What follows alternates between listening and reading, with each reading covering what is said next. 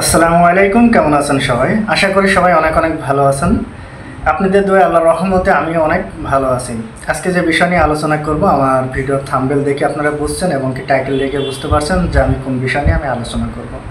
তার আগে বলি, আমার চ্যানেলে যারা নতুন তারা আমার চ্যানেলটা অবশ্যই সাবস্ক্রাইব করবেন, কারণ 1 লক্ষ সাবস্ক্রাইব পুজলেই কিন্তু আমি 1 লক্ষ সাবস্ক্রাইবার পুজলেই কিন্তু আমি একজনকে ফ্রি উমরা হজের জন্য পাঠাবো। সেক্ষেত্রে দেখা যাচ্ছে আমি যারে পাঠাবো অবশ্যই সেই সওয়াবের ভাগিদার আপনারাও হবেন। আমার ভিডিও যারা ক্লিক করছেন অবশ্যই আমার চ্যানেলটা সাবস্ক্রাইব করবেন, আর যারা চ্যানেলটা সাবস্ক্রাইব করছেন তাদেরকে অসংখ্য ধন্যবাদ। আজকে আমি যে বিষয় নিয়ে আলোচনা করতেছি, সার্বিয়াতে বর্তমানে ভিসার রেশিওটা 100-এ 100 বললেই চলে, কারণ সার্বিয়ার ক্ষেত্রে যে পরিমাণ ভিসা হচ্ছে, যারাই ফাইল জমা দিক ভালো মাধ্যম বা যেভাবে ফাইল জমা দিক, যারা লিগালিটিভাবে কাগজপাতি অ্যাম্বাসিতে জমা দিতেছে সবারই ভিসাগুলো কিন্তু 100% হচ্ছে। অনেকে আমার কাছে ফোন দিয়েছেন যে ভাই, যদি ঝড় চলে তাহলে আমাদের ভিসাগুলো কেন হচ্ছে না।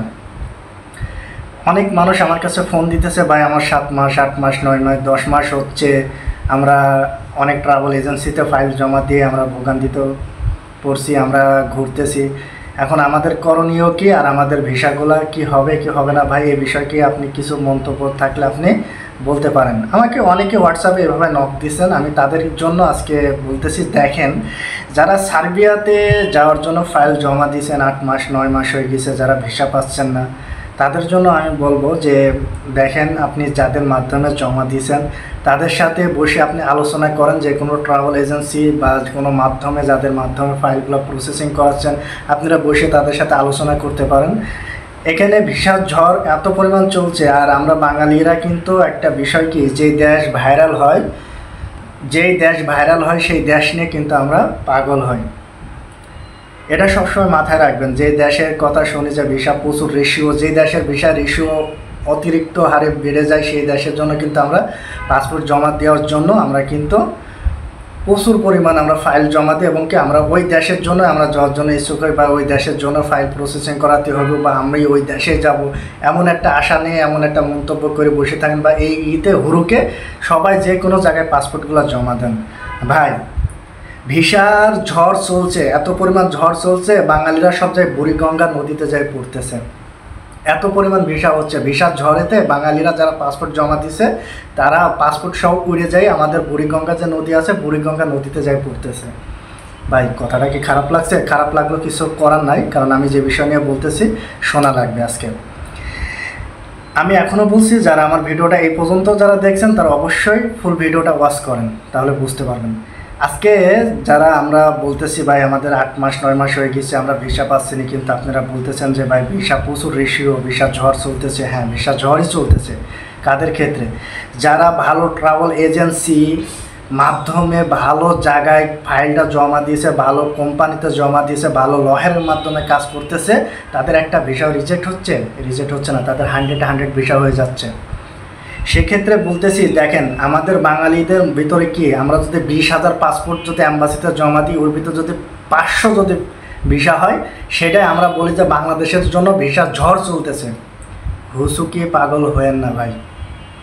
একটা বিষয় কি, আপনার মূল্যবান ফাইলটা যখন যার হাতে দিবেন, যার হাতে দিচ্ছেন, হ্যাঁ আমি সার্বিয়ার জন্য ফাইল জমা দিয়ে দিয়েছি, আমার ভিসাটা হয়ে যাবে, এত সহজ না ভাই। কার হাতে দিচ্ছেন আপনার পাসপোর্টটা? আপনার পাসপোর্টটা কার হাতে দিতেছেন, কোন মাধ্যমে দিতেছেন, কারা প্রসেসিং করাচ্ছে, বা কিভাবে আপনি ফাইলটা প্রসেসিং হচ্ছে, এটা কি আপনারা যাচাই করার দরকার না? অবশ্যই আপনাদের যাচাই করার দরকার। আপনারা খোঁজেন কি জানেন? খোঁজেন শর্ট টাইম এবং কি অল্প টাকাতে কিভাবে ইউরোপে যাওয়া যায়।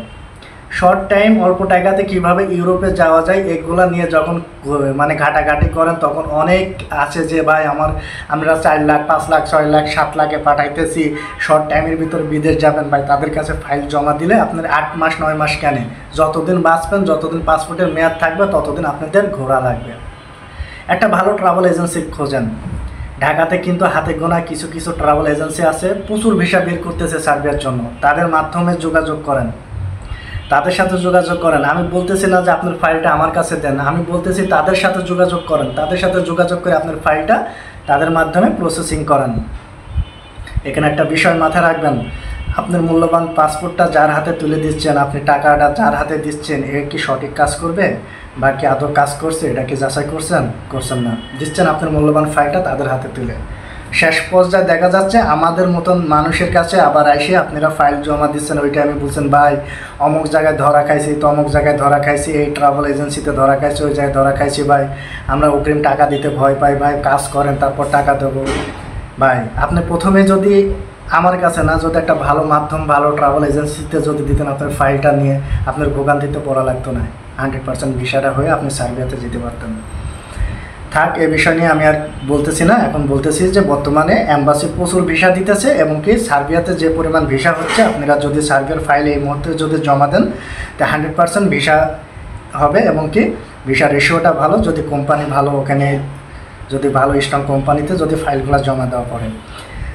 আমরা কাজ করতেছি সার্বিয়া নিয়ে, যেমন সার্বিয়াতে আমরা এখন কনেকশন ওয়ার্কার, ফ্যাক্টরি ওয়ার্কার, এগুলো নিয়ে আমরা কাজ করতেছি। যারা ফাইল জমা দেবেন আমাদের সাথে যোগাযোগ করতে পারেন। আজকে আমার ভিডিওতে স্ক্রিনে হোয়াটসঅ্যাপ নাম্বার দেওয়া থাকবে, আপনারা সরাসরি আমার হোয়াটসঅ্যাপে কল করে এবং আমার সাথে কথা বলে আপনাদের যদি ভালো লাগে সেক্ষেত্রে আপনারা আমার কাছে ফাইলটা জমা দিতে পারেন আপনাদের ফাইল প্রসেসিং করার জন্য। আমার কাছে যারা ফোন দিচ্ছেন, যারা বলছেন যে ভাই আমরা অগ্রিম টাকা ছাড়া ফাইল প্রসেসিং করব, তারা অবশ্যই আমার কাছে ফোন দেওয়া তো দূরের থাকে, আমার ভিডিও থেকে এখনই বের হয়ে যান, ভিডিও দেখাই লাগবে না। কারণ আমরা ফাইল একটা প্রসেসিং করতে প্রথমে আমাদের প্রথম ধাপটাই এড়াতে আমাদের অনেকগুলো টাকা খরচ হয়। সেক্ষেত্রে দেখা যাচ্ছে আমরা অগ্রিম টাকা ছাড়া আমরা কোনো ফাইল প্রসেসিং করে না। আমাদের এখন পাসপোর্টের সাথে আগে 1 লক্ষ টাকা করে জমা নিতাম, এখনও আমরা পাসপোর্টের সাথে 1 লক্ষর 1 টাকা কম হলো আমরা পাসপোর্ট প্রসেসিং করব না। আমাদের 1 লক্ষ টাকা যারা পাসপোর্টের সাথে জমা দেবেন তারা আমাদের সাথে যোগাযোগ করতে পারেন, আমাদের মাধ্যমে ফাইল প্রসেসিং করাতে পারেন। ভাই এখন বর্তমানে কি ভিসা যারা যাইতেছে বেশিরভাগ সাপ্লাই কোম্পানিতে পড়তেছে, সে বিষয় নিয়ে আলোচনা করার জন্য অনেকে বলছে। আমি এই ভিডিওতে তাদের জন্য বলতেছি, দেখেন বর্তমানে সার্বিয়াতে যে পরিমাণ সাপ্লাই কোম্পানি আছে, একটা সৌদি আরবের সাপ্লাই কোম্পানি চাইও কিন্তু সার্বিয়াতে সাপ্লাই কোম্পানি বেশি। এবার আপনারা বলতে পারেন যে ভাই সার্বিয়াতে সাপ্লাই কোম্পানি কিভাবে হয়? হ্যাঁ, প্রচুর সার্বিয়াতে সাপ্লাই কোম্পানি আছে। যেমন একটা ভালো একটা কোম্পানিতে লোক লাগবে না, কিন্তু ওই কোম্পানির মাধ্যমে ওয়ার্ক পারমিট ইস্যু করে ওই কোম্পানির মাধ্যমে ফাইল কিছু টাকার বিনিময়ে ফাইল প্রসেসিং করায় ভিসা নিয়ে আপনারা যে ওখানে সার্বিয়াতে পাঠাইতেছে, যারা সার্বিয়াতে পাঠাইতেছে এরা করছে কি পরবর্তীতে নিয়ে যাই রিসিভ করার পরে আলাদাভাবে অন্য কোম্পানিতে আগেতে কাজ হয় ঠিক করে রাখতেছে বা কাজ অন্য কোম্পানিতে দেখে দিতেছে, এটারে কয় সাপ্লাই। আর সাপ্লাই কোম্পানিতে যারা যাচ্ছে ভাই বলছেন ভাই আমরা সাপ্লাই কোম্পানি যদি পড়ি তো আমরা কি টিআরসি পাবো? হ্যাঁ ভাই, আপনারা টিআরসি পাবেন। যে কোম্পানিতে ঢুকবেন না ঢুকবেন, যদি ওখানে 6 থেকে 7 মাস আপনারা ওই কোম্পানিতে কাজ করেন ঠিকভাবে, কোম্পানি যদি আপনি ট্যাক্সটা যদি করে প্রতি মাসে মাসে আপনি ট্যাক্সটা টিআরসির যে ট্যাক্স আছে, ট্যাক্সটা যদি মনে হয় $7 কি $8 কি আমি এটা সঠিক জানি না, এটা যদি প্রতি মাসে মাসে কোম্পানি পে করে সেক্ষেত্রে আপনি 6 থেকে 7 মাসের ভিতর টিআরসি কার্ডটা পেয়ে যাবেন। সেজন্য আমি সবারই বলি ভাই আপনারা যে কোম্পানিতে যান বা না যান, আপনারা সবসময় এটা মাথায় রাখবেন, একটা ইউরোপের দেশে গেলে সর্বনিম্ন 6 থেকে 7 মাস 8 মাস ওই কোম্পানিতে কাজ করার চিন্তা ভাবনা করে তারপর ফাইল জমা দেবেন। ভাই এখানে ভিসা প্রসেসিং করতে যে সময়টা লাগবে, এখানে ভিসা প্রসেসিং করতে সীমিত সময় লাগবে, একদম সীমিত সময়, কয়েক দিন না, কয়েক মাস না, 5 থেকে 6 মাস। আমার কাছে যারা ফাইল দেবেন তাদের ক্ষেত্রে, যাদের ধৈর্য আছে 5 থেকে 6 মাস তারা ফাইল জমা দিতে পারেন। এবার আসি যে ভাই আপনারা যে সার্বিয়ার আগে যারা প্রসেসিং করেছেন তাদের কী অবস্থা? ভাই আমার অলরেডি আমাদের যে এর আগে যে ফাইলগুলো অ্যাম্বাসিতে ঢোকাছিলাম সেগুলোর ভিসা হয়ে গেছে। আমি ভিসাগুলো কালকে আমি একটা নাম বলবো এবং কি ভিডিওতে তাদের ডাকে বলবো ভাই মিষ্টি নিয়ে আসেন আমার অফিসে মিষ্টি খাওয়ার জন্য, কারণ আমি অনেকগুলো ভিসা হাতে পাইছি আপনাদের দোয়ায়। যাই হোক আমার মান সম্মানটা আছে, কারণ আমি বুক ফুলে আমি ভিডিওতে বলতে পারি যে আমি যেভাবে কাজ করতেছি ইনশাল্লাহ আমার কাজগুলো সহিভাবে হবে এবং কি সহিভাবে আমি কাজগুলো করতে পারবো।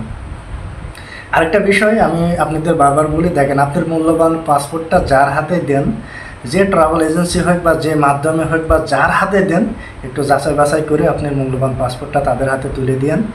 একটা জিনিস কি যে সবসময় এটা ভাববেন যে আপনি বিদেশ যাওয়ার জন্য দিচ্ছেন না, আপনি একটা স্বপ্ন, বিদেশ স্বপ্ন না, বিদেশ যাওয়াটা যে স্বপ্ন এটা না, আপনার একটা স্বপ্ন, আপনার একটা আশা আছে যে আপনি ইউরোপে যাবেন, ইউরোপে যাওয়ার পর সেটেল হবেন, ভবিষ্যতে আপনার ফ্যামিলি নিয়ে সেই জায়গায় যাবেন।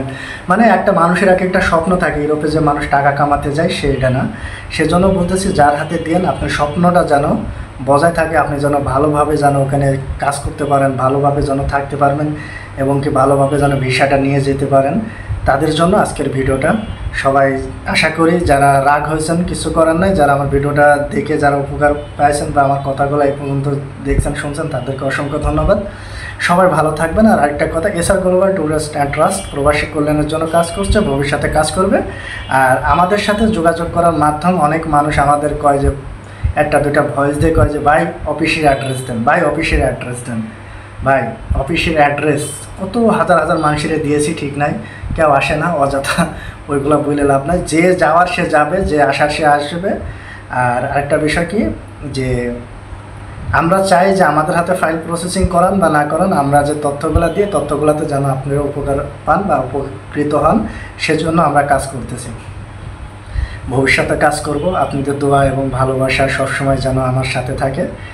আর আশা করি আপনারা আমার ভিডিও যারা দেখছেন বা দেখেন, যারা আমাকে ভালো লাগে, তাদের কাছে আমি পার্সোনালভাবে আমি তাদের কাছে দোয়া চাচ্ছি যেন আল্লাহ যেন আমাকে সঠিক পথে রাখে এবং যেন সঠিকভাবে থাকতে পারি এবং যেন কোনো খপ্পরে যেন না পড়ি।